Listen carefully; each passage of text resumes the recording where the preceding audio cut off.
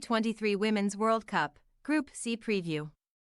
FIFA Women's World Cup Group D Preview, England looking to stave off China and Denmark's challenges. Group D at the 2023 FIFA Women's World Cup promises to be an exciting one. European champions England will be expected to win it without too much trouble, but both China and Denmark have the potential to pose problems. Here is all you need to know about the four teams in Group D. England. Current FIFA ranking, number 4. World Cup history, for previous appearances, best result, 3rd place 2015. Major international trophies, 1 European Championship 2022. England finally won their first major international trophy last year, lifting the Euros at home. As a result, they are firmly among the favorites at this World Cup, but their first task will be getting out of a not-so-straightforward group. Tactics and recent results. After taking over in 2021, Sarina Wiegman has transformed England. They won every single one of their matches at the Euros to win the title and were equally imperious in their World Cup qualification group. They won each of their 10 matches, scored a whopping 80 goals and did not let in a single one. Of course, that was against significantly weaker opposition, the likes of which they will not face at the World Cup. But, at the Euros, they showed that they were capable of adapting their tactics to match their opponents in big games. The Lionesses have preferred to use a 4-2-3-1 or 4-3-3 formation under Wiegman, but can also switch to a back three when required. Similarly, they can change approaches from match to match too. They generally like to keep more of the ball and patiently wear down their opponents, but are also capable of switching to a counter-attacking approach against more possession-dominant sides. Key player. England will be without a number of their Euro-winning stars at this tournament, as Leah Williamson, Beth Mead and Fran Kirby are all out injured while Ellen White and Jill Scott have hung up their boots. So, the Lionesses will be hoping to see others step up. One player who should be expected to do just that is Alessia Russo. The Manchester United forward did not start even one of her side's matches at the Euros but was substituted on in each of them. With 4 goals, she finished the tournament as her side's second-best goalscorer. England's top scorer at the Euros was Mead and their first-choice striker was White, so they will be without both at this World Cup. As a result, Russo will have to shoulder a good deal of the goal-scoring responsibility in the likely event that she nails down a starting spot. Expectations. Naturally, the champions of Europe will have their eyes set on conquering the world now. But England's injury issues might make things a little tough for them. Besides missing a few key attackers, their defensive department has also been depleted, so they might not be able to hit the levels they set at the Euros. Regardless, the Lionesses remain heavy favorites to win Group D. If they do that, they would face the Group B runners-up, most likely Australia or Canada, so the knockout draw will not be kind to them either way. One certainly cannot count them out, but England's path to World Cup glory seems a tough one. Haiti. Current FIFA ranking, number 53. World Cup history, no previous appearances. Major international trophies, not applicable. With 3 teams in the top 15 of the FIFA rankings, Group D is a very competitive one. That spells bad news for the Pot 4 team, Haiti. The World Cup debutantes might find it tough to even register a point. But even qualifying for the tournament has to be considered a massive success for them. The country is in a really bad place at the moment, with natural disasters, political instability and gang violence leaving it in a state of crisis. Football is one of the few positive distractions Haitians have at the moment, so the players will certainly be up for the task at the World Cup. Tactics and recent results. Sadly, Haiti's football scene is not all rosy either right now. Federation President Yves Jeanbart was given a lifetime ban by FIFA recently after they found him guilty in a sexual abuse scandal. But this was overturned by the Court of Arbitration for Sport CAS and upheld by a Swiss court. Head coach Nicolas Delapine has done a tremendous job since being appointed in 2022. guiding Haiti to their first World Cup via the Interconfederation playoffs. He juggles this management job with second-tier French outfit Grenoble Foot, for whom 5 of Haiti's squad members play. Les Grenadiers have not had a fixed system under him, changing formations from match to best suit their opposition. They will have to come up with some brilliant tactics if they are to make waves in this group. Key player. Someone who certainly has been making waves of late is Haitian forward Melchi Dumernay.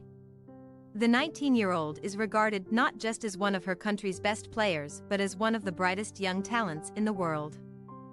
After a couple of impressive seasons with Stade de Reims, she recently signed for French champions Lyon. Even though she is still a teenager, Dumernay played an integral part in Haiti's World Cup qualification campaign. She was named as the best young player at the CONCACAF Championship, where her side sealed a spot in the Interconfederation playoffs, where she went on to score a match-winning brace against Chile in the final. Many people are already well aware of Dumernay's talents, but she will be keen to announce herself at the biggest stage in Australia. Expectations. Haiti find themselves in what is the toughest group at this World Cup on the basis of the FIFA rankings. So they really cannot have high expectations. It would be an absolute miracle if they managed to make it to the knockouts, but their realistic targets must be set on small things like scoring their first World Cup goal. First point and maybe even first win. Denmark. Current FIFA ranking, number 13.